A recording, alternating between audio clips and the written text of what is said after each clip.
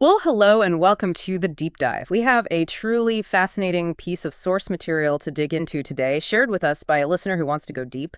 We're talking about Jacques-Bénigne Bossuet's monumental work, The Discourse on Universal History. That's right. And the sources we have are built around Elbert Forster's translation, with an introduction by Horace Random of this classic text originally published way back in 1681. Bossuet was a major figure, bishop, theologian, a really famous orator. Right. And this discourse isn't just a dry recounting of facts. It's really a synthesis of faith in history, a defense of Christianity, and very pointedly written for a specific purpose. Which was? To instruct the Dauphin, the son of Louis XIV, and also to lay out a historical narrative that, well, by its very nature, supports the ideas of divine right and the role of the French monarchy. Okay, so this is history with a very clear agenda. And the source material notes that Bossuet wrote this at a pivotal moment, right? Universal history was starting to drift away from being rooted in sacred history. Exactly. But Bossuet actively pushed back against that. He made biblical history absolutely central to his entire framework. Because he believed you couldn't understand the sweep of human events without seeing God's hand in them. Precisely. Divine Providence, the continuous thread of true religion as he saw it. He wanted to give the future king this framework that showed the rise and fall of empires as, intertwined with the constant presence and the challenges faced by the true faith. And our mission in this deep dive, just as the listener asked, is to go through this work comprehensively. We're going to unpack Bossuet's unique approach, understand his structure, delve into the specific historical periods and points he highlights, and really get a handle on his perspective as presented in these sources. Yeah, we want to really dissect the discourse so you understand its layers, its arguments, its scope, inside and out. A complete exploration is definitely the goal. Okay, let's unpack this then. We'll start with Bossuet's foundational ideas for writing this kind of history, particularly for someone like a prince. Why even write history at all, according to him? Well, his stated purpose is instruction, especially for a ruler. History, for Bossuet, provides essential examples. It shows what happens when human affairs are driven by, his words were, passion, interest, time, and circumstance. Learning from the past? Exactly. By studying the past, a prince can learn prudence, see the consequences of different actions, and hopefully avoid the mistakes of those who came before. It sounds almost like a manual for rulership, but grounded in historical lessons. He even says it's shameful for anyone, let alone a prince, to be ignorant of human history and the major changes over time. Absolutely. It was considered essential knowledge. And his approach to covering this vast history is quite structured. He divides human history into three great ages based on the law under which people lived. Okay, what are those? First, the law of nature, which is from creation up to Moses. Second, the written law, the one given to Moses.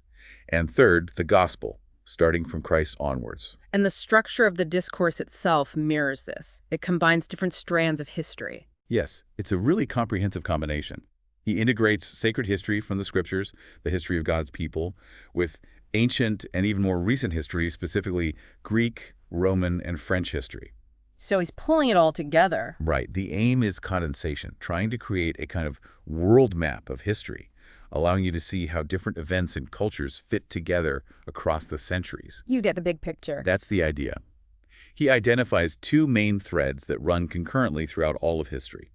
Religion, which he argues has a perpetual duration, and great empires, which undergo these significant changes, these ups and downs. And watching how those two threads interact is central to his story. It really is, how faith endures while powers rise and fall. And to organize all this, he introduces the concept of epochs. What's the thinking behind that term for him? Why epochs? He takes the word epoch from the Greek word meaning stop. So these are specific, fixed points in time that he chooses to basically pause the narrative and look at the history both before and after that moment. Like landmarks. Kind of. His purpose in using these stops is to help structure the narrative, provide anchors, and crucially, he thought, to avoid chronological errors by fixing key events in place. Ah, distinct murders in time. And he lays out 12 of these key epochs in the first part of his work. Can you walk us through what those 12 stops are? Certainly. The 12 epochs Bossuet identifies are, first Adam, or the creation. The very beginning. The very beginning. Second, Noah, or the flood. Third, Abraham, or the covenant. Fourth, Moses, or the written law. Fifth, the fall of Troy. Interesting one. Yeah, we'll get into why. Sixth, Solomon, or the completion of the temple. Seventh, Romulus, or the founding of Rome. Eighth, Cyrus, or the reestablishment of the Jews. 9th, Scipio, or the fall of Carthage. Big moments in Roman history there. Definitely. 10th, the birth of Jesus Christ. 11th, Constantine, or the peace of the church. And finally, 12th, Charlemagne, or the establishment of the new empire. Wow. That's an incredible span from, well, creation itself to the early Middle Ages, essentially. And his plan for covering this is structured into 3 main parts, beyond just listing these epochs. Yes, his plan is quite methodical. First, he uses part 1 to briefly explain the principal events associated with each of these 12 epochs. That establishes the chronological framework, helps you place things in sequence. Get the timeline straight. Exactly. Second, after laying out this timeline, he dedicates part 2 specifically to tracing the history of religion, presenting facts that, in his view, demonstrate its perpetual duration throughout these ages. Okay. And third, in a separate part, he examines the causes of the great changes and revolutions observed in empires. So he treats the history of religion and the analysis of empires separately after giving that chronological overview. So chronology first, then the 2 main themes, the endurance of faith and the shifts in power. Makes sense. Let's dive into part 1 then, the epochs. Bossuet starts right at the absolute beginning with Epoch 1, Adam, or the creation. Yes, the starting point is the origin of everything, God creating heaven and earth. Bossuet, following the timeline derived from Moses, places this at 4004 BC. And for him, Moses is the foundational figure, the first historian whose account is reliable, a profound philosopher, and the wisest lawgiver. So the biblical account isn't just religious for Bossuet, it's literally the most reliable historical record available for that early period. Precisely. History, for him, begins with God's teaching and his laws. He describes the creation of man in God's image, the institution of marriage, the beginning of human society in this state of perfection, with man having dominion over the natural world. Paradise. Right. Living in innocence and happiness in paradise, this is the ideal state, which is then immediately tested. How so? Well, God gives a simple divine precept, a command to Adam and Eve, and then the malice of the tempting spirit, the serpent, enters the picture. This leads directly to the fall, the act of disobedience with inevitable consequences, God's curse on the human race. But even in that curse, there's a hint of future hope, isn't there? Yes, Bossuet absolutely highlights that.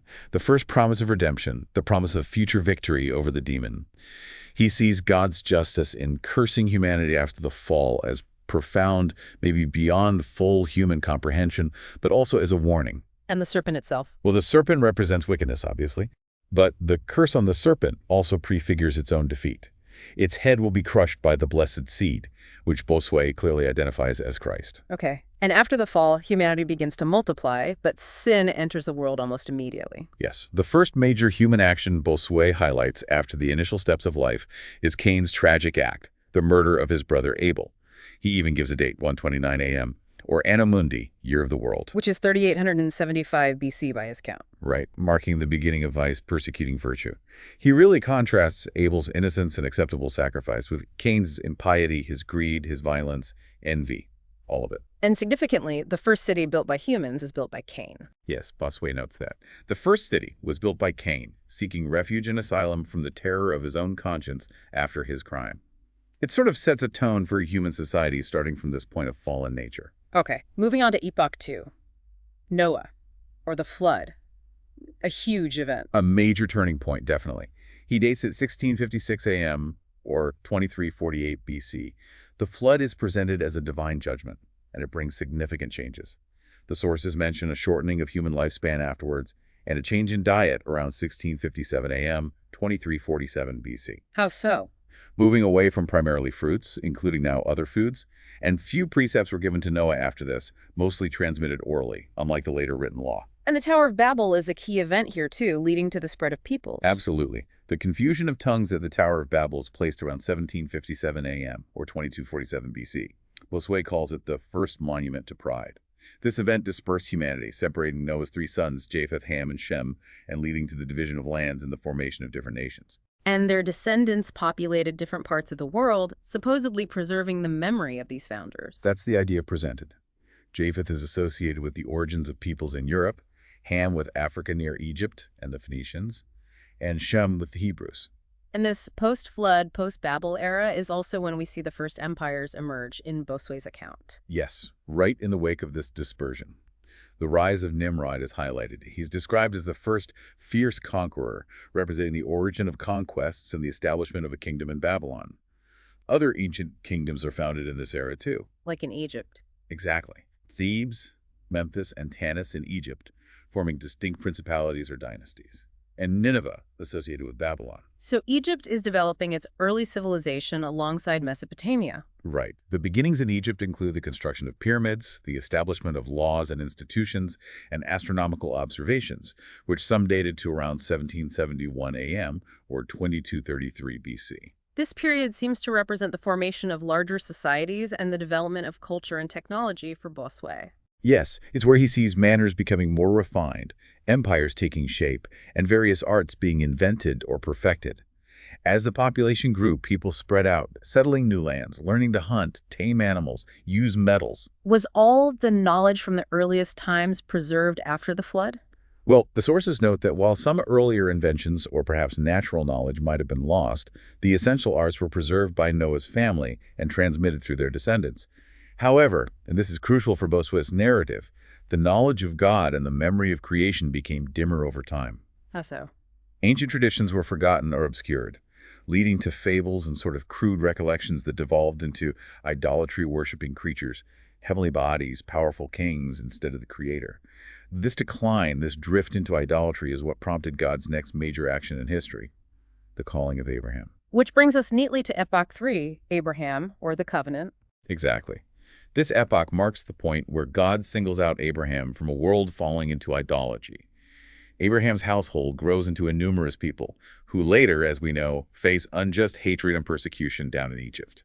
Bossuet dates God's decree to deliver them through Moses to around 2433 AM or 1571 BC. And Moses' own early story is interesting, being saved by Pharaoh's daughter, educated in Egyptian wisdom. It is, and significantly during this same period, Bossuet notes that people from Egypt were migrating and settling in Greece.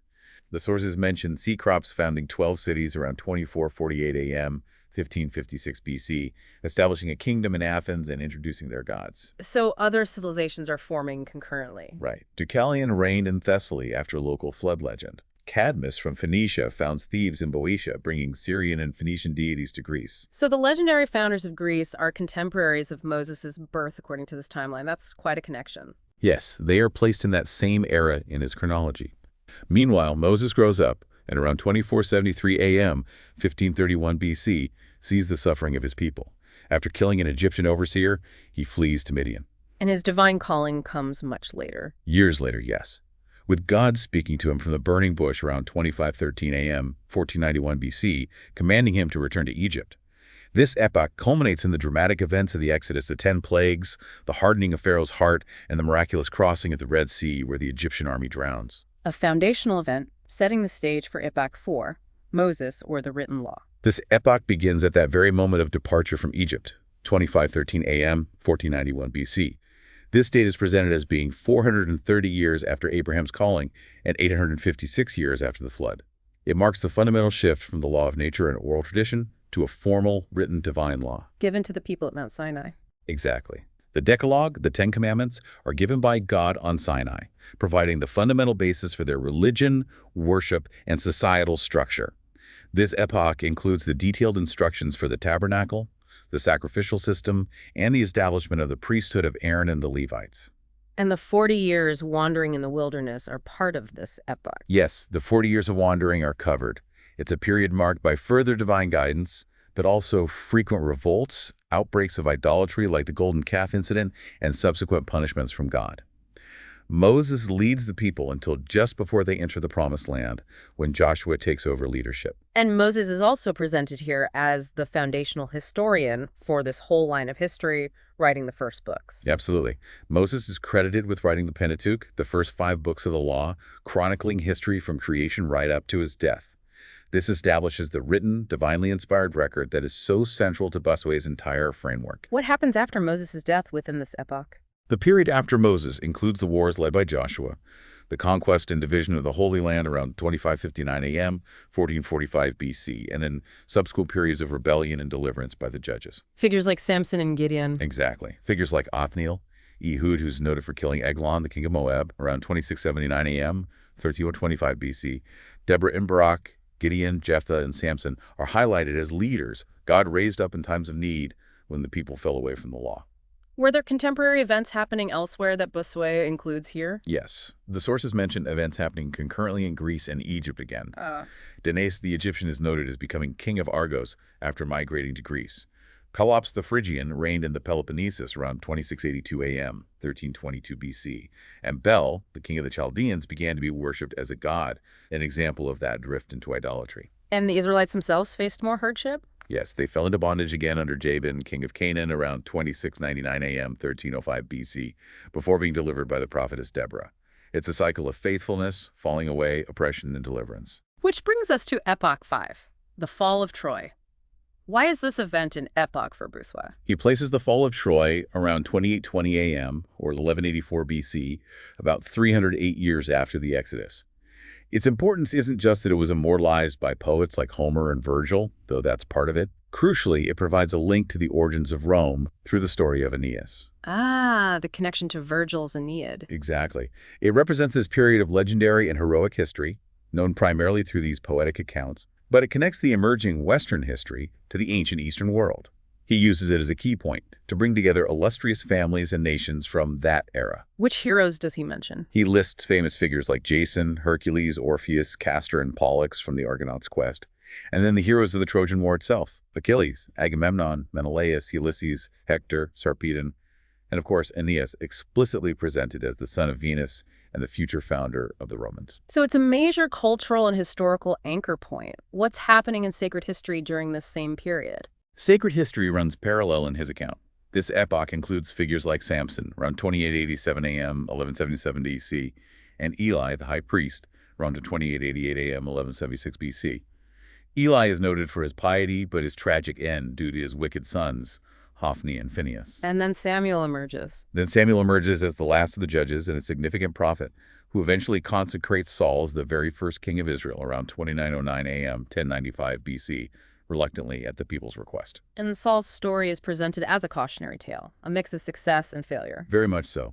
Saul has initial victories, but his presumption and disobedience, like trying to offer sacrifice himself, which was reserved for priests, lead to his rejection by God and a disastrous end at the hands of the Philistines. What about contemporary events in Greece at this time? In Greece, Bossuet notes Codrus, the king of Athens, sacrifices his life for his city around 2887 AM, 1070 BC, leading to the abolition of kingship in Athens and the establishment of the archons, rulers elected for periods. Also, Aeolian and Ionian Greek colonies were established in Asia Minor around 2949 AM, 1045 BC. And after Saul's fall, the great figure of David rises. David is absolutely pivotal. Bossuet calls him an admirable shepherd who defeats a giant Goliath and eventually becomes king after Saul's death. He's presented as a great conqueror, a prophet, the composer of the Psalms, and crucially, a man after God's own heart, emphasizing his piety and deep penitence after his own failings, around 2970 AM, 1034 BC. And David is succeeded by his son Solomon. Right, who is the focus of the very next epoch, Epoch 6, Solomon, or the completion of the temple. Okay, Solomon, what's the significance here? This epoch is anchored around the year 3000 AM, or 1004 BC. Bossuet places this date strategically: 488 years after the Exodus, 180 years after the fall of Troy, 250 years before the founding of Rome, and notably, exactly 1,000 years before the birth of Christ. It's a key millennial marker for him. And Solomon's major achievement is building the temple. Yes, the building and dedication of the magnificent temple in Jerusalem around 3029 AM, 975 BC. This is the culmination of David's preparations and God's promises. Solomon is known for his wisdom and the splendor of his reign initially. Yes, Bossuet highlights his piety, his magnificence, his legendary wisdom. However, he also details Solomon's tragic fall into idolatry in his later years, attributed to the influence of his many foreign wives, which ends his reign shamefully. And this leads to the division of the kingdom. Directly after his death, yes. The kingdom divides under his son Rehoboam, who keeps Judah, and Jeroboam, who leads the 10 northern tribes to form the kingdom of Israel. Bossuet sees Jeroboam's act of setting up golden calves at Dan and Bethel, trying to stop people going to Jerusalem to worship, as a terrible sin, a fundamental deviation from the law of Moses. This division creates two separate, often antagonistic paths for the Israelite kingdoms. It does. The kingdom of Israel, the northern 10 tribes, quickly falls into deeper impiety and idolatry, according to Bossuet. The kingdom of Judah in the south, though not always faithful itself, largely preserves the true religion centered on the temple in Jerusalem. And contemporary events. Any connections made? Yes, he notes the kings of Egypt uniting under Thebes, with Sesostris identified with the biblical Shishak conquering other Egyptians, and then coming up and chastising Rehoboam's kingdom in Judah around 3033 AM, 971 BC, looting the temple treasures. And the line of kings in Judah continues after Rehoboam. Yes, figures like Abijah, who defeated Jeroboam around 3087 AM, 917 BC, and Asa, known for his piety. In the northern kingdom of Israel, Omri builds Samaria as its capital around 3080 AM, 924 BC. Back in Judah, Jehoshaphat has an admirable reign around 3090 AM, 914 BC, marked by piety, justice, even navigation, and military science. But Israel has figures like Ahab and Jezebel. Right. Ahab and his Phoenician wife Jezebel are infamous in Israel for aggressively promoting Gentile idolatry, specifically Baal worship. This leads to incidents like the Naboth vineyard story, a clear case of royal injustice. Both Ahab and Jezebel perish miserably, as prophesied by Elijah around 3105 AM 899 BC. It's around this point in the narrative, dealing with these kings and timelines, that the sources mention Bossuet discussing the difficulties in aligning biblical chronology with secular history, right? Yes, this is a really crucial point about Bossuet's whole method. He explicitly acknowledges the complexities, particularly regarding figures like Cyrus and the sequence of the great ancient empires, the Assyrians, Medes, and Persians. Secular historians like Herodotus, Xenophon, Diodorus Siculus, Justin, they have different accounts, different lists of kings, different names for Eastern rulers. So how did he handle that? He makes his position very clear. When sacred history, the Bible, and secular history differ, the biblical account is the most certain and trustworthy source, period. For him, it's divinely inspired and therefore more accurate. So the Bible provides the correct chronological framework, and other histories have to be interpreted through that lens, or maybe even discounted if they conflict too much. Exactly. He sees the obscurity and confusion in secular ancient history as stemming from the scarcity of reliable sources back then, the multiplicity of names for the same king he mentions, Ahasuerus perhaps being the same as Cyaxares, for example, and just the general difficulty in accurately placing events so long ago. So he trusts the scriptures over differing secular accounts regarding things like the succession of those first empires. Explicitly, he points out Herodotus's dating relative to Psammeticus might be okay, but questions other Greek accounts of the Assyrian Empire's duration. He states his intention then to move past dwelling on these chronological difficulties in his narrative, relying instead on the simpler and, in his view, more consistent dates derived from sacred history. That firm reliance on scripture as the primary historical source is absolutely central to his entire project. This brings us to Epoch 7, Romulus, or the founding of Rome. Yes, the founding of Rome is obviously a major turning point in Western history, which Bossuet places at 753 BC. He notes that secular historians often use this date, AUC ab urbe condita, from the founding of the city as their starting point for counting years, whereas sacred history begins with creation. And he connects this period to shifts in the East. Yes, he connects the founding of Rome to the time when the first Assyrian Empire was declining and the Medes and Persians were beginning their rise, which will eventually lead to Cyrus conquering Babylon. He reinforces the chronological challenges here as well, doesn't he? He does. He uses this point to revisit the difficulty in reconciling Greek historians' chronologies with Scripture, particularly regarding those first three monarchies, Assyrian, Median, Persian, which he feels are often ignored or confused in Greek accounts compared to what's mentioned in the Bible, like kings of Assyria, or the role of the Medes. So he's doubling down on the Bible's accuracy. He reiterates that the lack of reliable secular sources and the confusion of names make those accounts less trustworthy than Scripture, which he views as far more careful and learned in its record of history.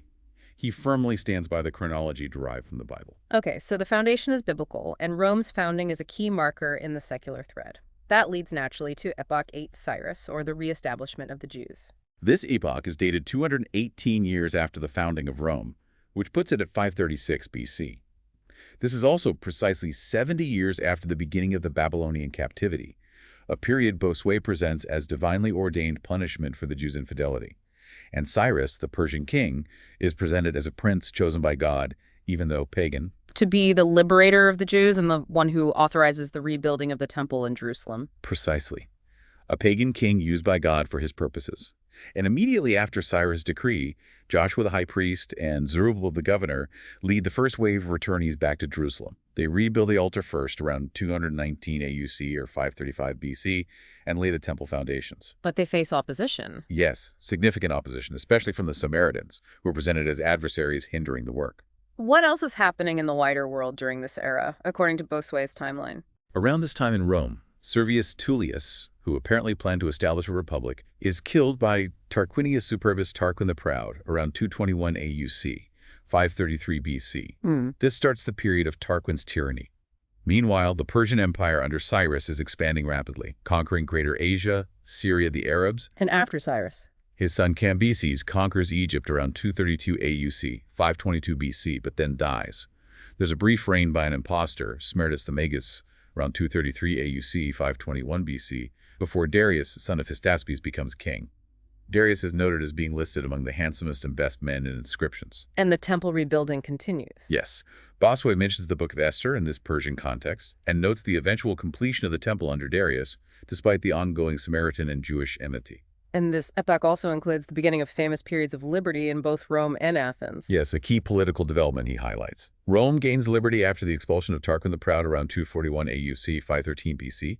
Athens gains its liberty around 244 AUC, 510 BC, after the assassination of Hipparchus and the later expulsion of his brother Hippias. Setting the stage for the Greco-Persian Wars. Exactly. Later in this period, Darius attacks Greece, leading to the famous Battle of Marathon. His son Xerxes continues the assault with a massive invasion. Further along in this extended epoch, the figure of Alexander the Great emerges. Yes, Alexander the Great, born in 356 BC, is presented as clearly destined for vast command. His major victories start around 417 AUC, 337 BC. He succeeds his father Philip of Macedon after Philip's assassination around 418 AUC, 336 BC. And achieves incredible conquests. Defeats the vast Persian Empire under Darius III, destroys the Persian capital Persepolis as revenge for the burning of Athens, and sweeps across Asia, reaching India before dying young in Babylon around 430 AUC, 324 BC, only about 30 years old. What's happening with the Jews during Alexander's rise and the subsequent Hellenistic period when his empire fragments? Well, the sources mention discord among the Jews under high priests like Manasseh and Jadis, stirred up by the Samaritan leader Sanballat. After Alexander's empire fragments, the Jewish people come under the rule of first the Ptolemies of Egypt and then the Seleucid kings of Syria, leading to conflicts and periods of oppression, which sets the stage for later events. And this era, particularly before and during Alexander, is the great age of Greek philosophy. Absolutely. Bossuet acknowledges this flourishing. The Italian and Ionian schools are mentioned, with early figures like Thales, Anaxagoras, Democritus, Empedocles, Parmenides. Then Socrates comes along and introduces moral philosophy, focusing on ethics rather than just nature. Followed by his famous students. Plato, who founded the Academy, and Aristotle, Plato's student, who founded the Peripatetic school. Later, Zeno of Citium founds Stoicism, and Epicurus founds Epicureanism. Bossuet notes these developments but is critical of philosophers who denied God's existence or providence, or defined virtue solely by pleasure, contrasting their ideas with revealed truth. He also mentions Hippocrates in medicine during this time. So a period of massive secular empire building, huge political changes like the rise of republics, incredible intellectual flourishing in Greece, but also ongoing challenges for the Jewish faith caught between these empires. This brings us to Epoch 9 Scipio, or the fall of Carthage. The fall of Carthage in 146 BC is a major marker of Roman expansion. This epoch signifies the seemingly unstoppable growth of Roman power, particularly dominating the Western Mediterranean after defeating its main rival. And in the East? In the East, the Hellenistic kingdoms, like the Seleucids in Syria, come increasingly under Roman influence and manipulation. Bossuet mentions Antiochus Epiphanes, son of Antiochus the Great. He had actually been a hostage in Rome before becoming king around 579 AUC, 175 BC, seizing the throne from his nephew Demetrius. And Antiochus Epiphanes' reign is infamous for persecuting the Jews. Yes, brutally so. The persecutions of God's people by Antiochus Epiphanes begin around 581 AUC, 173 BC. His explicit goal was to eradicate Jewish religion, destroy the temple or desecrate it, and force Hellenistic practices on them. Which provokes the Maccabean revolt. Exactly. This prompts the fierce resistance, led by the priest Mattathias and his sons, particularly Judas Maccabeus, around 587 AUC, 167 BC. This initiates the Hasmonean revolt and the rise of that family to leadership. Antiochus Epiphanes himself dies, reportedly in torment, around 588 AUC, 164 BC.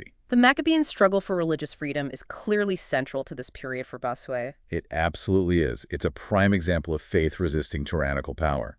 The sources detail the victories of Judas Maccabeus against Seleucid generals like Nicanor and Timotheus. After Judas falls in battle, his brother Jonathan succeeds him around 593 AUC, 161 BC, gaining political and military reputation, and eventually even seeking an alliance or protection from the rising power of Rome. What's happening within the crumbling Seleucid kingdom itself during this time? It sounds chaotic. Extremely chaotic. Internal disorders just escalate. A pretender, Alexander Ballas, claiming to be Antiochus Epiphanes' son, takes the throne around 600 AUC, 154 BC, initially supported by the Egyptian king Ptolemy Philometor, the kings of Egypt and Syria, being perpetual enemies, remember. Like dynastic struggles galore. Totally. Demetrius Nicator, the rightful heir who had been a hostage in Rome, eventually returns and defeats and kills Ballas around 604 AUC, 150 BC.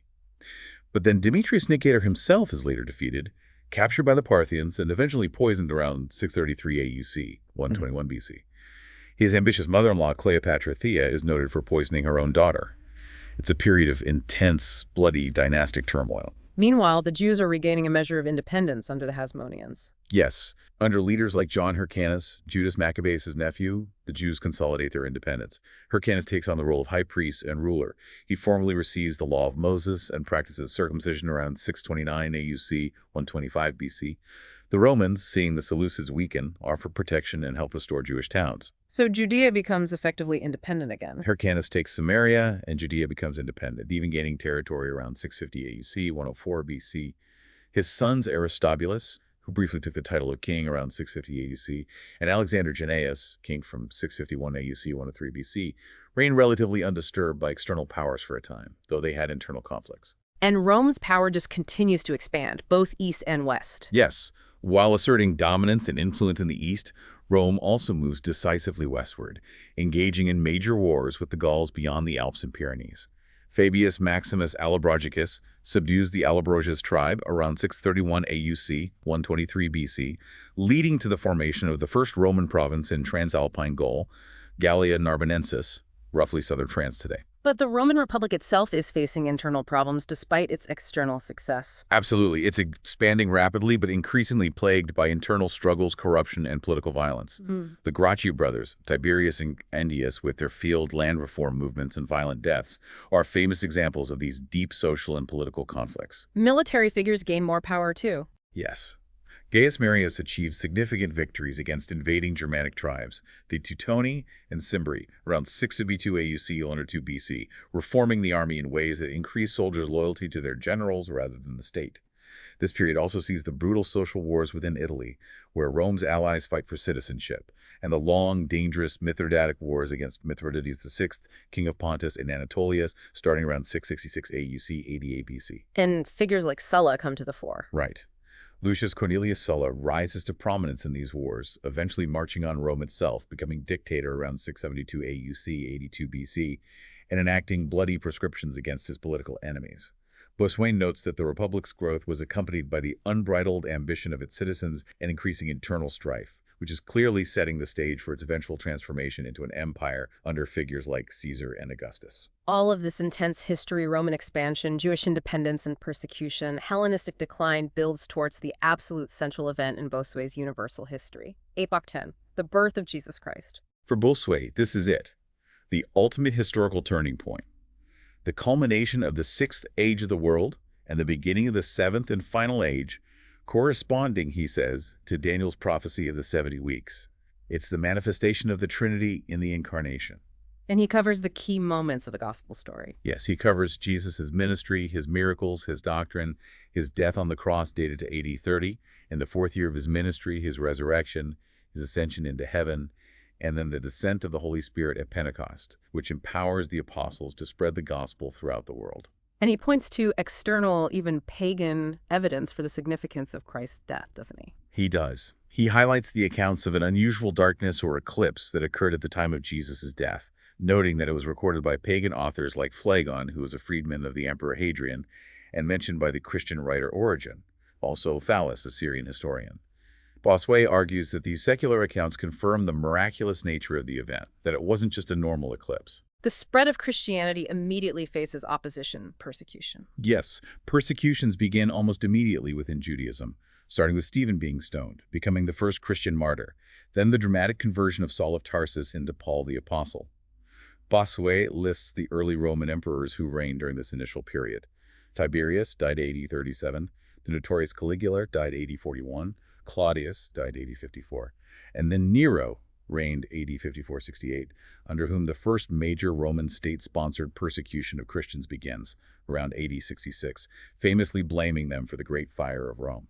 And the Council of Jerusalem is noted as a key moment for the early church structure and doctrine. Yes, the Council of Jerusalem around AD 50 is highlighted. It addressed the critical question of whether Gentile converts needed to follow the Mosaic law, like circumcision.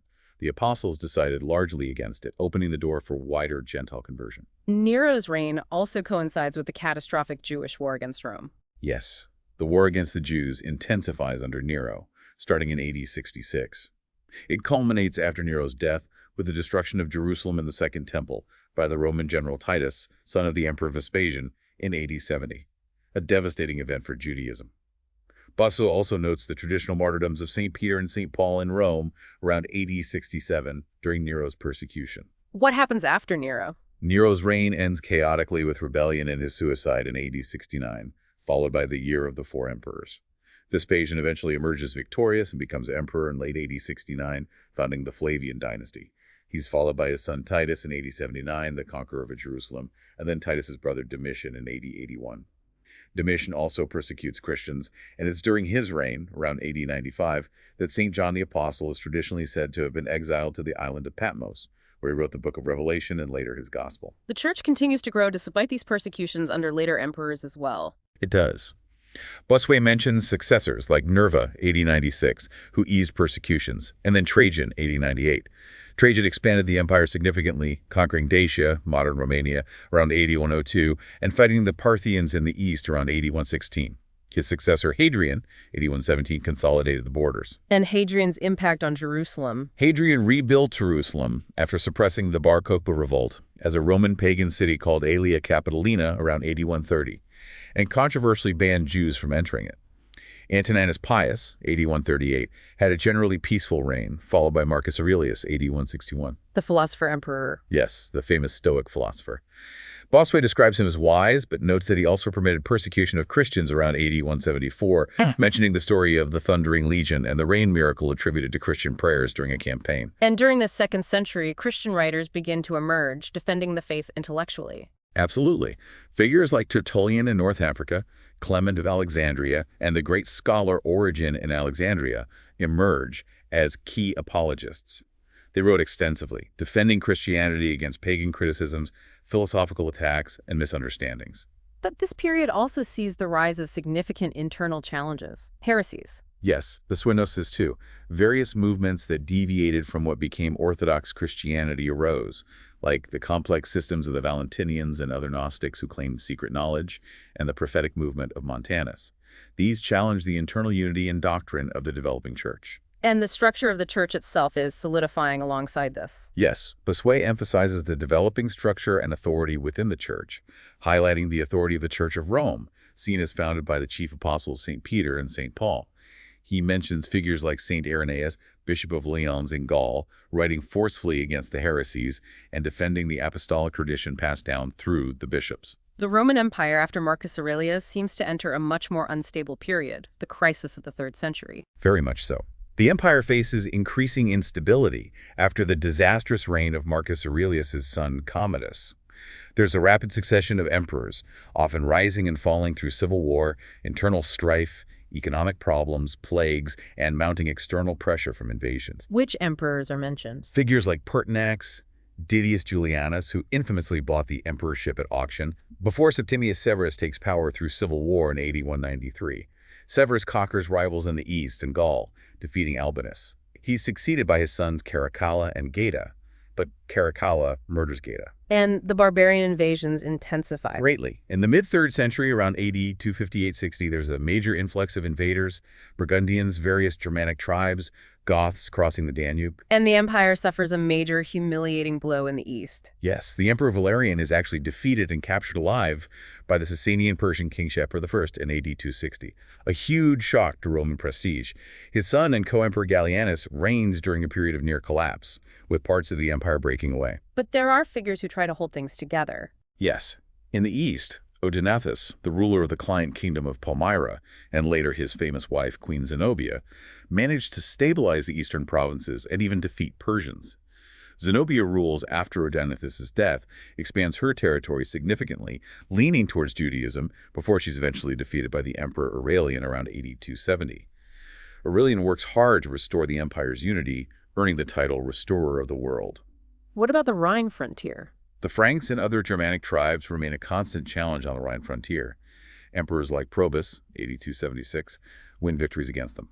Curse follows in AD 282, but the turbulent period really culminates in the accession of Diocletian in AD 284. Diocletian tries a new system to manage the vast troubled empire, the Tetrarchy. Yes, he establishes the Tetrarchy, a rule by four. He takes Maximian as a co-emperor, Augustus, and appoints two junior emperors or Caesars, Galerius and Constantius Chlorus, Constantine's father.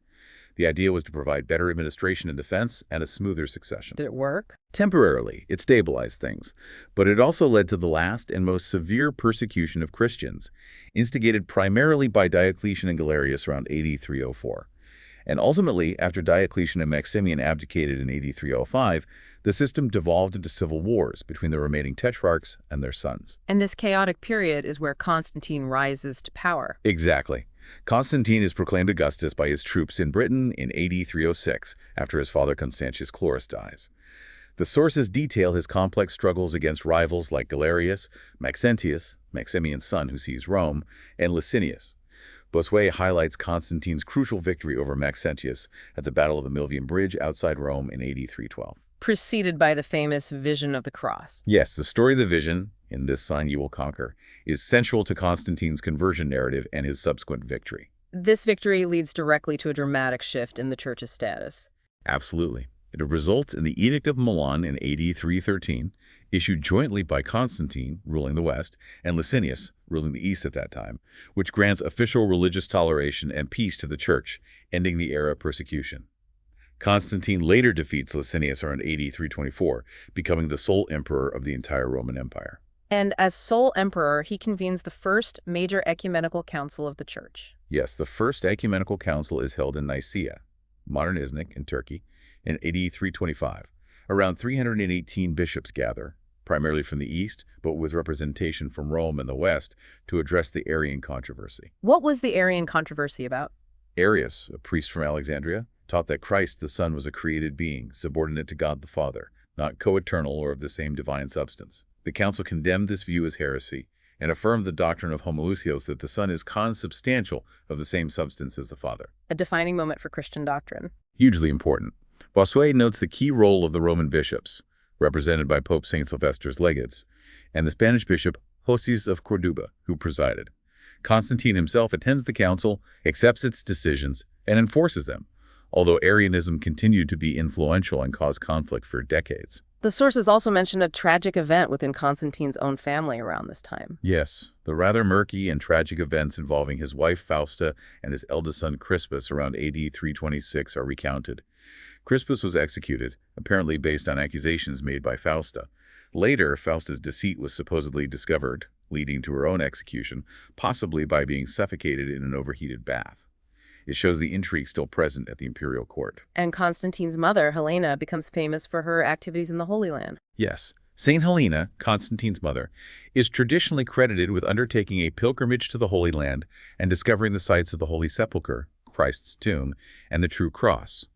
Jerusalem, which had been rebuilt by Hadrian as Aelia Capitolina, is further adorned with magnificent churches by Constantine and Helena, becoming a major center of Christian pilgrimage and veneration once again.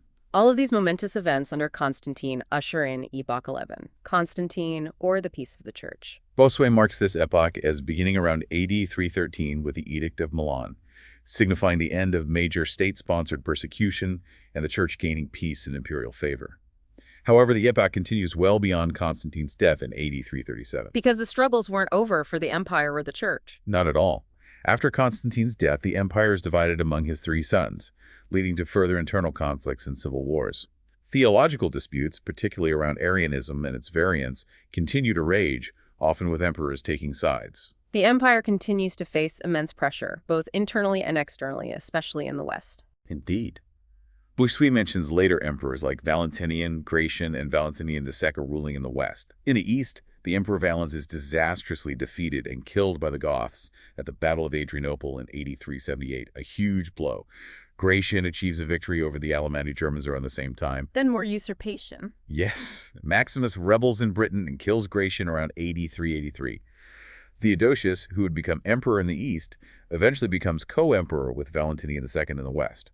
He defeats both the Goths, temporarily settling them within the empire, and the usurper Maximus around AD 388. And Theodosius is presented as a major supporter of the Orthodox Catholic Church. He is. Theodosius the Third, known as Theodosius the Great, actively supports the Nicene Orthodox faith.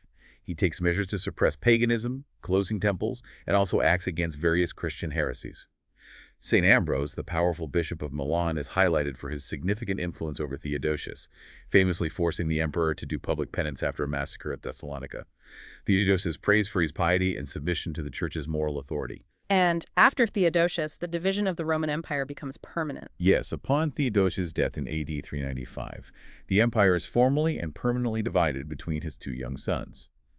Arcadius taking the east, based in Constantinople, and Honorius the west, based initially in Milan, then Ravenna. Bossuet notes that affairs in both halves are largely left to powerful ministers and generals, contributing to weakness, especially in the West. And the barbarian invasions become overwhelming, particularly for the Western Empire. The invasions intensified dramatically in the early 5th century. Radagaisus the Goth leads a massive invasion of Italy, but is defeated. Then, in AD 406-409, huge groups of Vandals, Suebi, Alans, and later Burgundians cross the Rhine and sweep through Gaul and into Spain. Most famously, Alaric, king of the Visigoths, sacks the city of Rome itself in AD 410, a massive psychological shock. Key figures try to hold the West together. Figures like the general Stilicho, who is actually of Vandal origin, achieve some successes, but are often undermined by court intrigue. Stilicho himself was executed. Alaric's successor, Ataulfus, also sacks Rome, and, in a strange twist, even marries Galla Placidia, Emperor Honorius' half-sister, briefly seeking to integrate Goths and Romans before being assassinated. The Western Roman Empire is clearly in terminal decline by this point. It really is, weakened by constant invasions, loss of territory and revenue, and destructive internal rivalries, such as between the general Aetius, who later defeated Attila the Hun, and Bonifacius, the governor of Africa.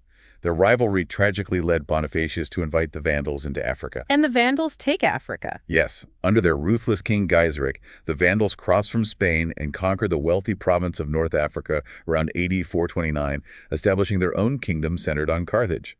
This cuts off Rome's vital grain supply and leads to harsh persecution of the Catholic Christians there by the Arian Vandals. And internal theological controversies, heresies, continue to challenge the Church's unity during this period of imperial decline. They certainly do. The sources mention the significant controversy sparked by Nestorius, the Patriarch of Constantinople. He was opposed vigorously by St. Cyril, the Patriarch of Alexandria. Nestorius was accused of teaching that there were two distinct persons, divine and human, in Christ, rather than two natures united in one divine person, and objected to calling Mary Theotokos, God-bearer or Mother of God. And church councils are convened to address these complex theological disputes. Yes. The Third Ecumenical Council is held in Ephesus in AD 431. It condemned Nestorius' teachings, affirming the decree of Pope St. Celestine Arrest of Rome. The title Theotokos for the Virgin Mary was officially affirmed, supporting St. Cyril's doctrine of the hypostatic union. But that wasn't the end of the Christological debates. No. Soon after, the opposite extreme emerged with the heresy of Eutyches, an abbot in Constantinople. He seemed to argue that Christ had only one nature, divine, after the Incarnation, effectively absorbing the human nature. This led to the Fourth Ecumenical Council, a huge gathering at Chalcedon near Constantinople in AD 451. What did Chalcedon decide? Chalcedon condemned Eutyches and formulated the definitive orthodox statement on the person of Christ, that he is one person in two distinct natures, divine and human, united without confusion, change, division, or separation. Bossuet notes the central importance of the tome of St. Leo the Great, the Pope of Rome. Leo's letter clearly articulating the two-nature doctrine was read out and famously acclaimed by the bishops.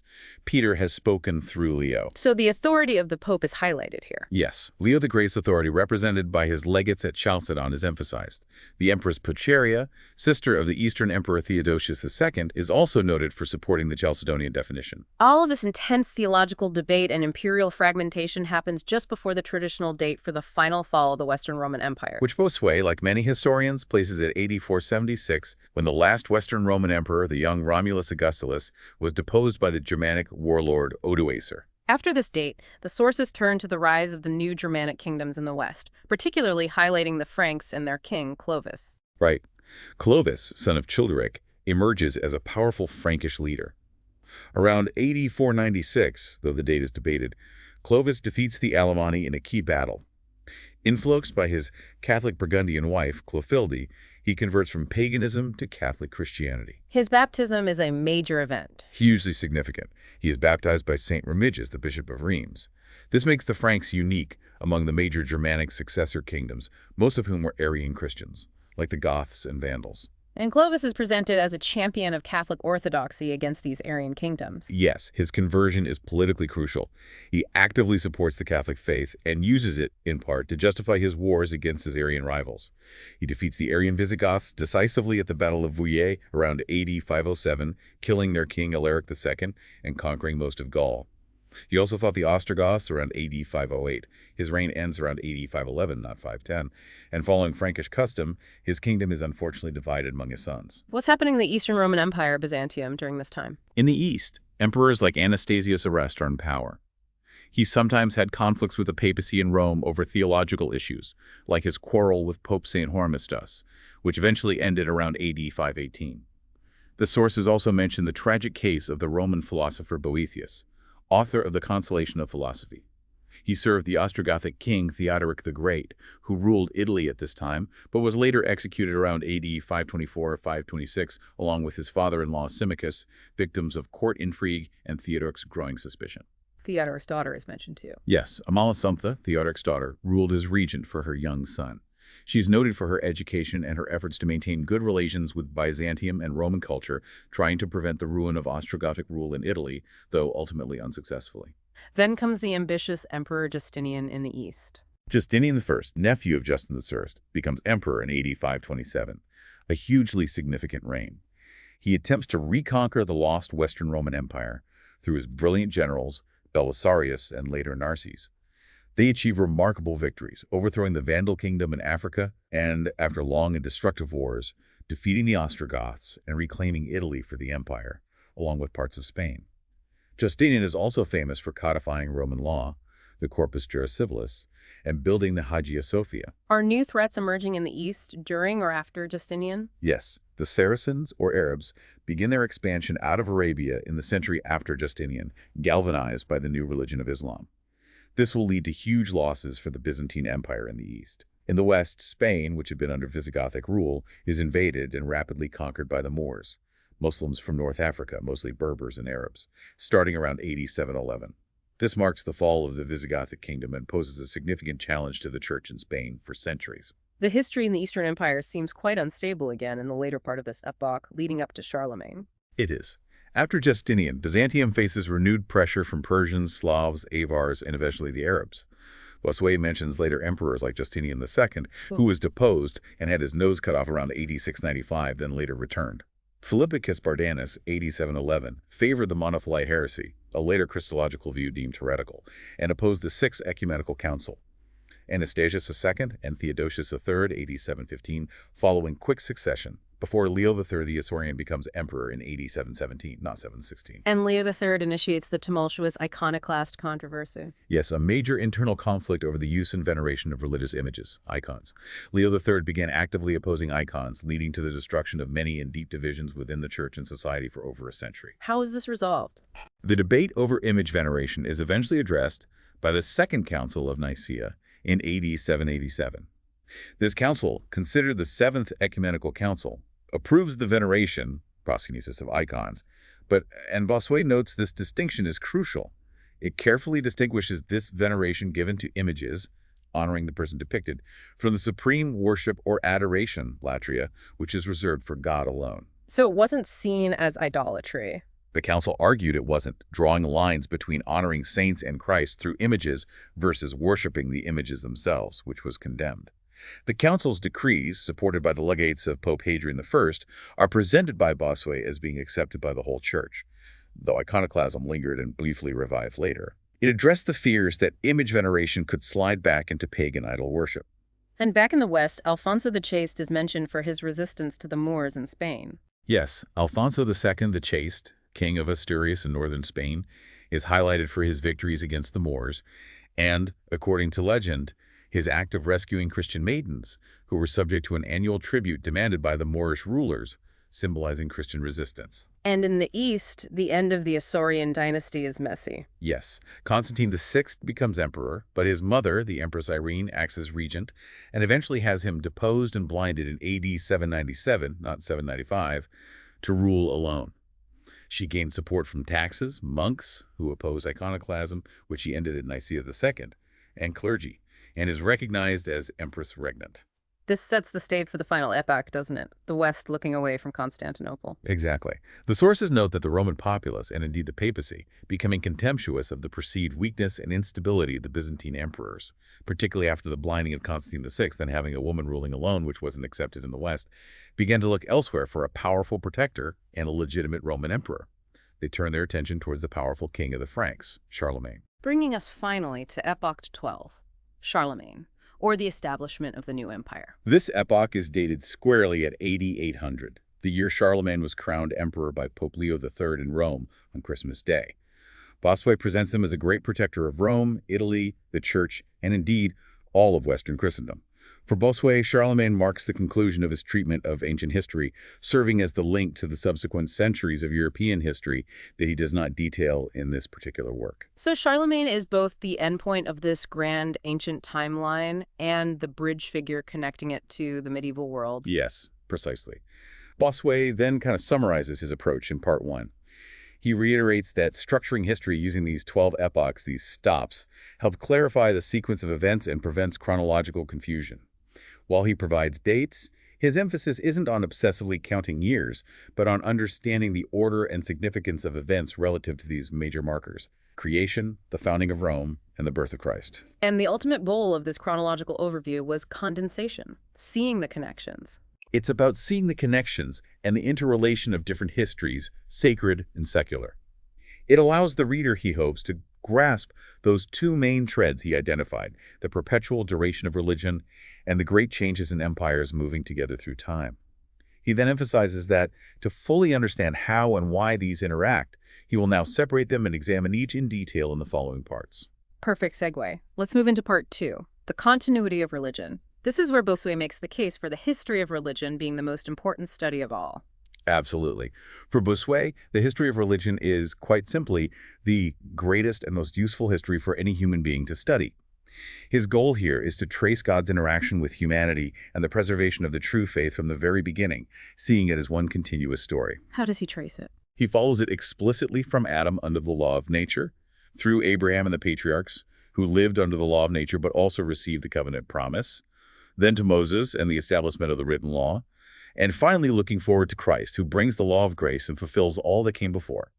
And he argues for the incredible antiquity and consistency of this religion, unlike paganism.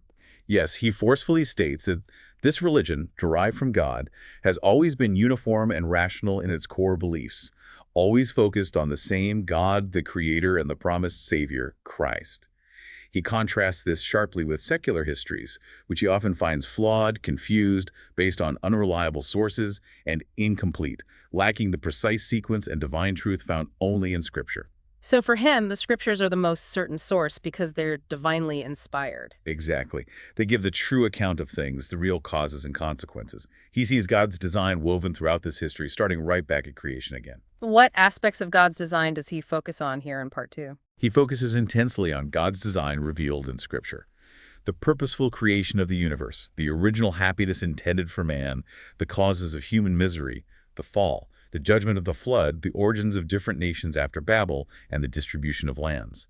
The very fact that this religion has existed without interruption since the beginning. Despite all the ups and downs of empires. Right, enduring through countless ages despite being ignored, mocked, or actively persecuted by tyrants, heretics, and infidels, this very endurance is proof for him of God's sustaining hand.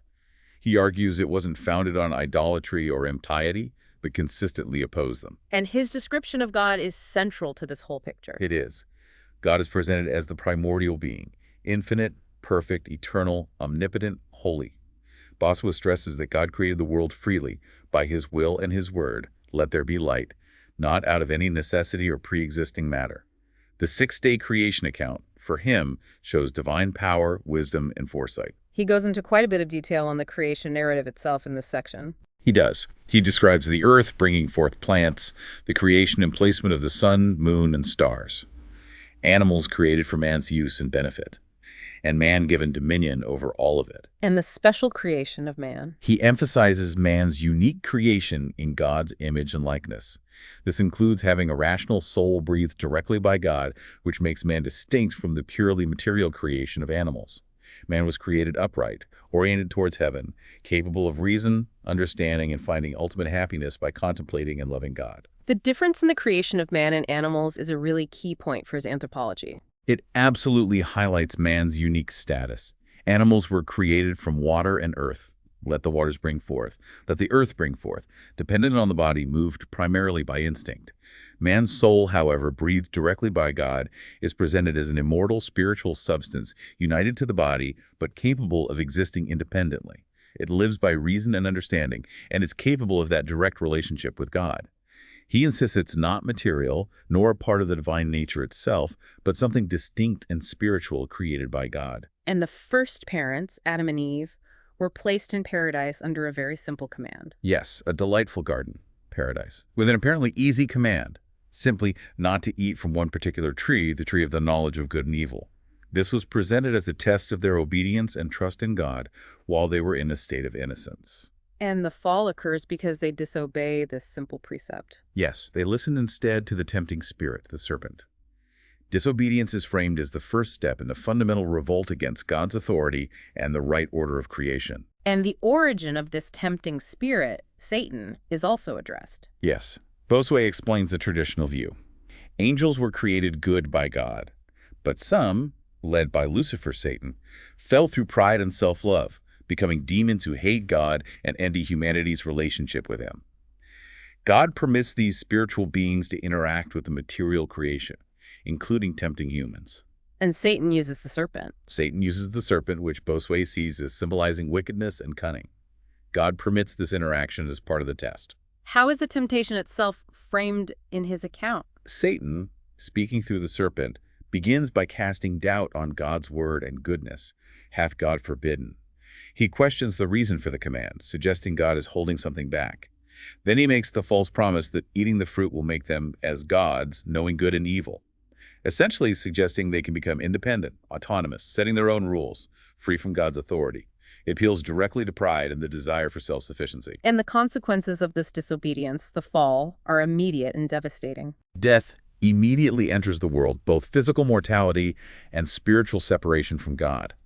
The soul itself is foreshadowed to death.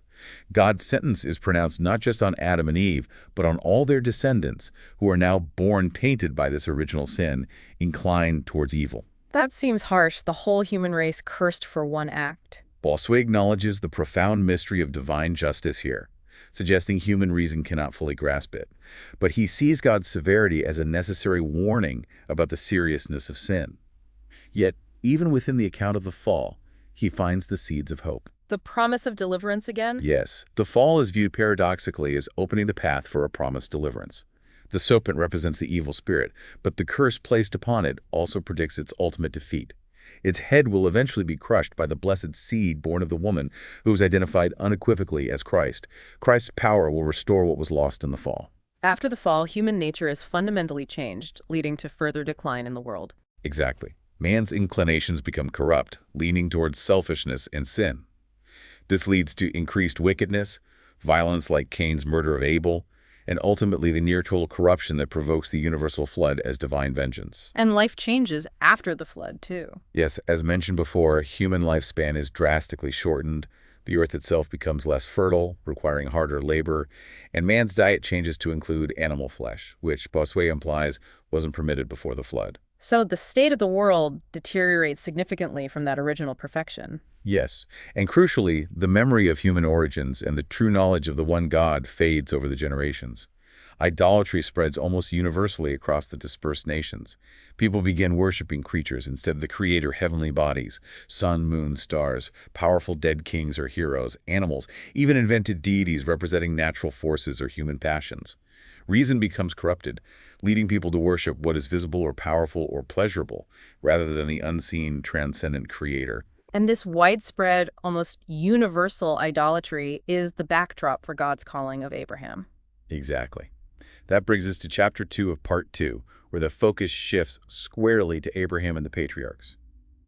In a world largely lost in idolatry, God calls Abraham out of Ur of the Chaldeans, a place known for its astronomical observations, but also steeped in polytheism. Abraham is raised up to be God's special servant. To do what specifically? To reestablish true worship and preserve the ancient original belief in the one creator God and his providence amidst this rising tide of false worship. The unique origin and destiny of the Hebrew people descended from Abraham is emphasized here. Very much so. They are presented as the only nation that correctly traces its direct origin back to Abraham through Isaac and Jacob, who was renamed Israel. He also acknowledges related peoples descended from Abraham, like the Ishmaelites, Arabs through Ishmael, and the Edomites through Esau, but the chosen line for the covenant promise is Jacob's. And circumcision is given as the sign of this special covenant. Yes, circumcision is instituted as the specific, physical sign of the covenant between God and Abraham's descendants. It's a perpetual mark of their distinct origin and God's promise performed on the 8th day after birth, signifying dedication and purity. And the covenant with Abraham holds profound promises for the future. Absolutely central promises. God promises Abraham descendants as numerous as the stars in the sky and the sand on the seashore. He promises them the land of Canaan as an inheritance. And crucially, the ultimate promise, that the Messiah, the Savior, not just for them, but for the Gentiles and all nations, would eventually come from his lineage, his seed. And this promise is made even when Abraham and Sarah are old and childless. Yes, which highlights the miraculous nature of Isaac's eventual birth. It requires faith in God's power to overcome natural limitations. Abraham's faith is then famously tested by the command to sacrifice Isaac. Yes, the Akedah, the binding of Isaac, is presented as the supreme test of Abraham's faith and his absolute unquestioning obedience to God's command, even when it seemed to contradict the promise God had made about Isaac. His willingness to obey, stopping only at the last moment when God intervenes, leads to the powerful renewal and confirmation of the covenant promises. And Isaac and Jacob continue this path. His descendants, Isaac and Jacob, Israel, are shown following in this path of piety and preserving the ancient faith received from Abraham. They live a more simple, ancestral, pastoral way of life, guided directly by God through promises and revelations. This Abrahamic covenant, then, is absolutely foundational for Bossuet's entire understanding of religious history. It truly is. It establishes the chosen people, gives the sign of circumcision, and contains that all-important promise of the future Messiah. That Messiah, Abraham's seed, is the one who will ultimately crush the head of the ancient serpent Satan, overcoming the evil introduced at the fall and restoring humanity. Okay, that leads logically into Chapter 3 of Part 2, Moses, the written law, and the arrival of the people in the Promised Land. Right. After tracing the patriarchal period, Bossuet moves to the next major phase. The Hebrews end up in Egypt, initially welcomed due to Joseph, but later spend centuries there, the last 200 years or so, as brutally enslaved people. God then sends Moses, who had been providentially saved as an infant and educated in all the wisdom of the Egyptians, to deliver them. Through the famous plagues and the Exodus. Yes, through the 10 miraculous plagues that strike Egypt, the dramatic crossing of the Red Sea, and the subsequent journey through the wilderness towards Mount Sinai. Where the divine law is formally given, moving beyond oral tradition. Exactly. The law is given at Sinai, written on stone tablets by the finger of God himself. This written law provides the comprehensive foundation for their religion, their worship, and their entire society. It includes the 10 Commandments, detailed instructions for the tabernacle, the portable sanctuary, the system of sacrifices and offerings, specific ceremonies and festivals, and the establishment of the hereditary priesthood descending from Aaron, Moses' brother, and the supporting tribe of Levites. Moses is clearly more than just a lawgiver in Bossuet's narrative. Oh, much more. Bossuet presents him as the great lawgiver, yes, but also as the first reliable historian through his authorship of the Pentateuch, the first 5 books of the Bible. He's also a prophet who speaks directly with God, and importantly, he's presented as a key figure, a type who foreshadows Christ. How so? A type of Christ? Bossuet cites the prophecy from Deuteronomy, where Moses tells the people, "The Lord thy God will raise up unto thee a prophet from the midst of thee, of thy brethren, like unto me. Unto him ye shall hearken." He interprets this as a clear prediction of Christ, who is like Moses in being a mediator, a lawgiver of the new law, and a leader of his people, but ultimately far greater than Moses. And even specific incidents like the brazen serpent are given symbolic meaning related to Christ. Yes, absolutely. The incident where Moses sets up a bronze serpent on a pole in the desert so that Israelites bitten by venomous snakes could look upon it and live is explicitly interpreted by Bossuet, following the New Testament itself, as a foreshadowing of Christ being lifted up on the cross. Just as looking at the bronze serpent brought physical healing, looking in faith to Christ on the cross brings spiritual healing and salvation from the deadly sting of sin inflicted by the ancient serpent, Satan. The Jewish religion under the Mosaic Law is detailed in its structure and practice. Yes, it's portrayed as a religion centered on obedience to this comprehensive divine law.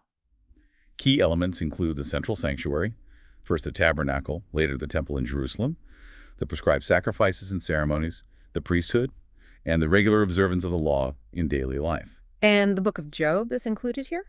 Interestingly, yes. The Book of Job, with its profound exploration of suffering, divine sovereignty, and human limitation, is considered by Bossuet to be part of the literature of the Mosaic period.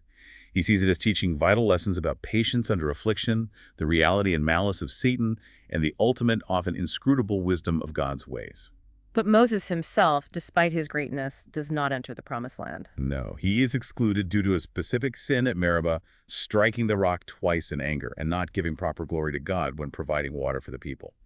This shows, for Bossuet, that even the greatest human leaders are fallible and subject to God through judgment. And Joshua takes over. Joshua, whose name in Hebrew, Yehoshua, is essentially the same name as Jesus, Yeshua, takes over leadership. He leads the people across the Jordan River into the Promised Land. Joshua, like Moses, is also seen as a type or figure of Christ, the true leader who brings his people into their ultimate inheritance. And the conquest of Canaan follows. Yes, the crossing of the Jordan, the miraculous fall of the walls of Jericho, the famous incident where the sun and moon supposedly stand still during a battle. These are highlighted as demonstrating God's direct intervention and power on behalf of his people. And the purpose of the conquest. The conquest of Canaan involves driving out the existing inhabitants, who are depicted as steeped in idolatry and moral corruption, abominable nations. The land is then divided by lot among the 12 tribes of Israel, according to the instructions given in the law of Moses. The importance of the law for regulating Jewish life is stressed. Hugely. The life of the Jewish people in the Promised Land is meant to be regulated strictly by the law of Moses.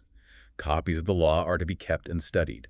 Even future kings are explicitly obliged to have their own copy and follow its precepts. And the line of prophets continues after Moses interpreting this law. Yes, the prophets who follow Moses, figures like Samuel, Nathan, Elijah, Elisha, Isaiah, Jeremiah, etc., are seen as continuing to teach and interpret the law, call the people back to faithfulness when they stray, and also predict future events, especially concerning the coming Messiah. All of this is based on the divinely inspired scriptures, which Bossuet consistently maintains are the most certain and reliable source of historical truth available to humankind. Okay, that detailed look at Moses and the law brings us to chapter 4 of part 2, which covers David, Solomon, and the prophets. Right. This chapter focuses on the establishment of the kingdom, particularly the permanent dynasty promised to the house of David. David conquers Jerusalem from the Jebusites, makes it his political capital, and crucially also the religious center by bringing the Ark of the Covenant there with great ceremony. And David prepares for the temple, even though he doesn't build it himself. Yes. David desires to build a permanent house for God, but is told his son will do it. So David gathers vast amounts of materials, gold, silver, timber, stones, preparing everything for his son Solomon to build the temple. And Solomon builds and dedicates the temple. Solomon builds the magnificent temple on Mount Moriah in Jerusalem, the location chosen by God, traditionally the same place where Abraham was to sacrifice Isaac. Bossuet describes the temple's splendor and Solomon's solemn dedication ceremony. Solomon's reign is initially a high point. Yes, the magnificence of Solomon's reign, his wisdom, the peace and prosperity the kingdom enjoyed under him initially are all highlighted. And David and Solomon are explicitly presented as types or figures of Christ in this section. Yes, they are exalted as prefigurations of the true king, the Messiah. The prophecy given to David through Nathan promising an everlasting kingdom descending from him is interpreted as pointing directly to Christ's eternal spiritual kingdom, which will reign not just over Israel, but over the Gentiles as well. The Psalms of David are seen as prophetic, too. Absolutely.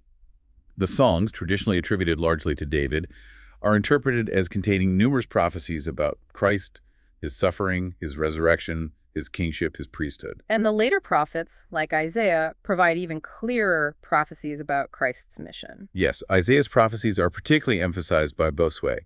He points to passages interpreted as foretelling Christ as the suffering servant, describing his passion and sacrificial death for the sins of others, like Isaiah 53, and also as the light to the Gentiles, indicating his universal spiritual reign over all nations, bringing salvation beyond just Israel. And Bossuet contrasts this prophetic picture with the common Jewish expectation of his time.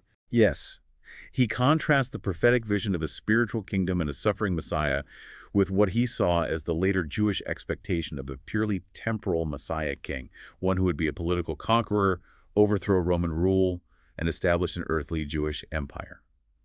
Bossuet argues that the prophecies themselves, especially Jacob's ancient prediction that the ruling scepter would pass from the tribe of Judah around the time the Messiah arrived, indicated a spiritual kingdom established precisely when earthly rule was ending. Christ's kingdom reigns over hearts and minds, not by overthrowing earthly states. So Jerusalem, or Zion, takes on a deeper symbolic meaning for the future church. Absolutely. In the prophets and for Bossuet, Jerusalem, also called Zion, becomes the image and type of a new universal spiritual society, the church, where people from all nations, not just Jews, will gather to worship the true God through Christ. The spread of the gospel throughout the Roman Empire means that people from Europe, Africa, and Asia are receiving the message of Christ, fulfilling, in Bossuet's view, those ancient prophecies that the Messiah would reign over all the Gentiles. Wow.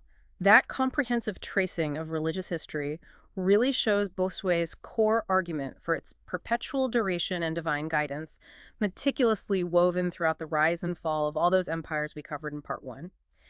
This brings us back nicely to the broader context provided by the editor's introduction in our source material.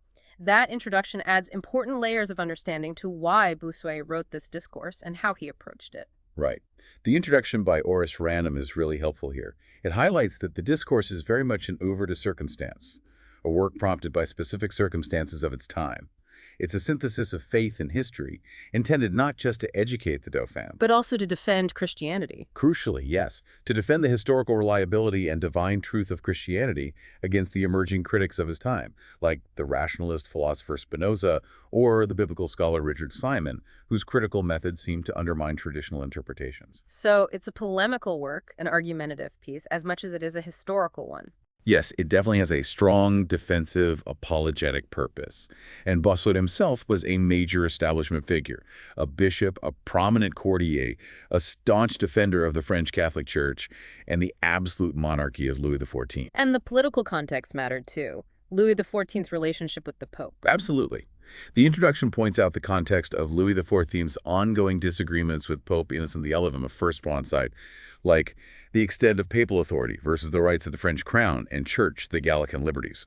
Bossuet played a key role in drafting the controversial 4 articles in 1682, asserting these Gallican claims about the French church's relative independence in temporal matters, while still emphasizing the need for Christian unity under the Pope in matters of faith. And the discourse reflects these positions. You can see how the discourse, with its emphasis on the divinely ordained role of kings, the importance of national churches within the universal church, and France's special place in God's plan, aligns with and supports these political and ecclesiastical positions favored by the French crown. His writing style is also described as very deliberate and persuasive, more like a great orator than a modern historian. Yes, Random's introduction notes that Bossuet was a master of rhetoric, deeply influenced by classical figures like Cicero and Quintilian. His aim wasn't merely to report facts neutrally, it was to move and persuade his audience.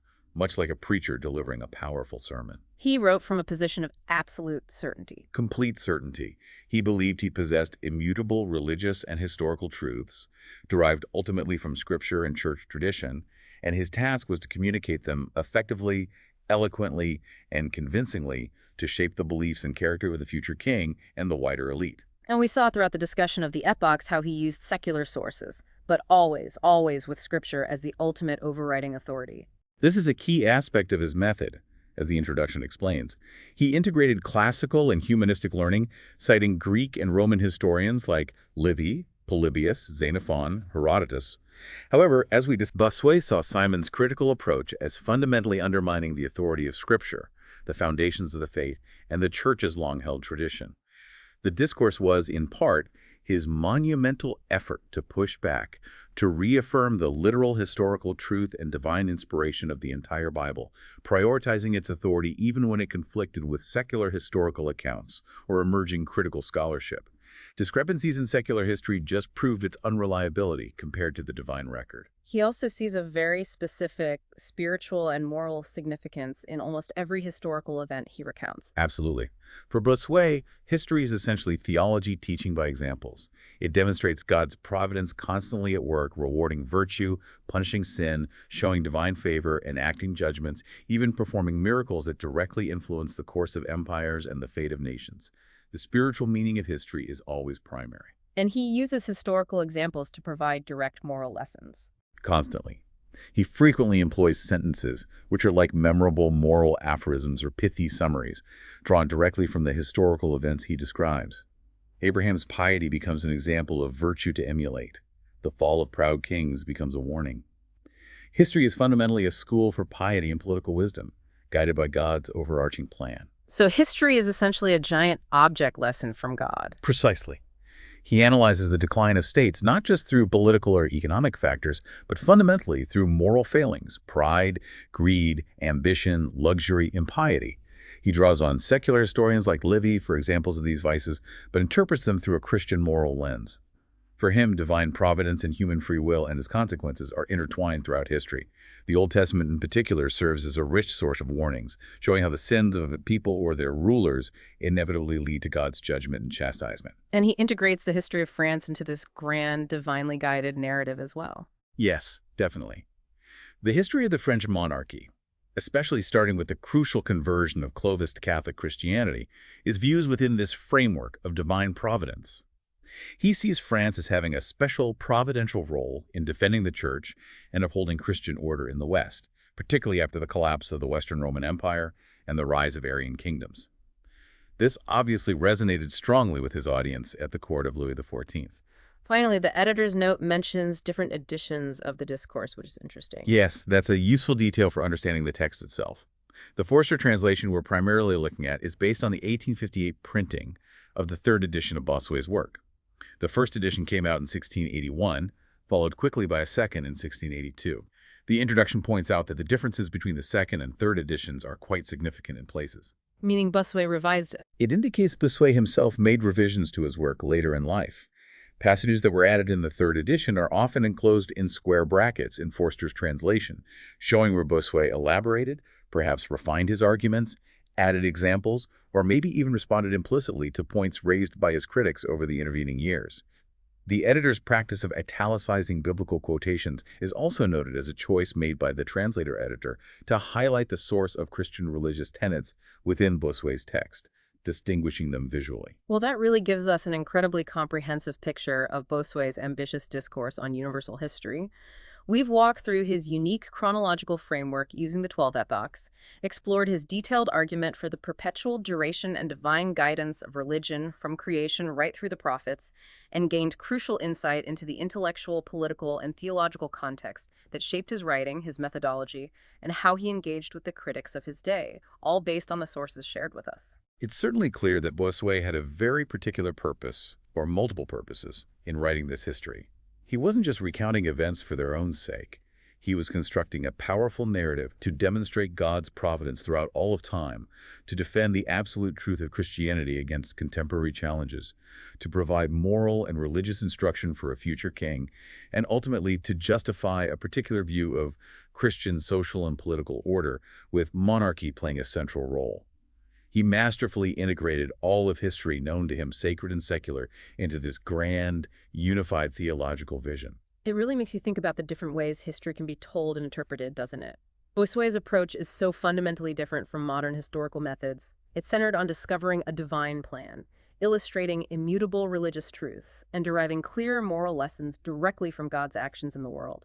He used history, essentially, as a mirror to reflect piety and the inevitable consequences of human actions, both good and bad. Absolutely. His work is a powerful example of providential history. So here's a final thought maybe for you to ponder.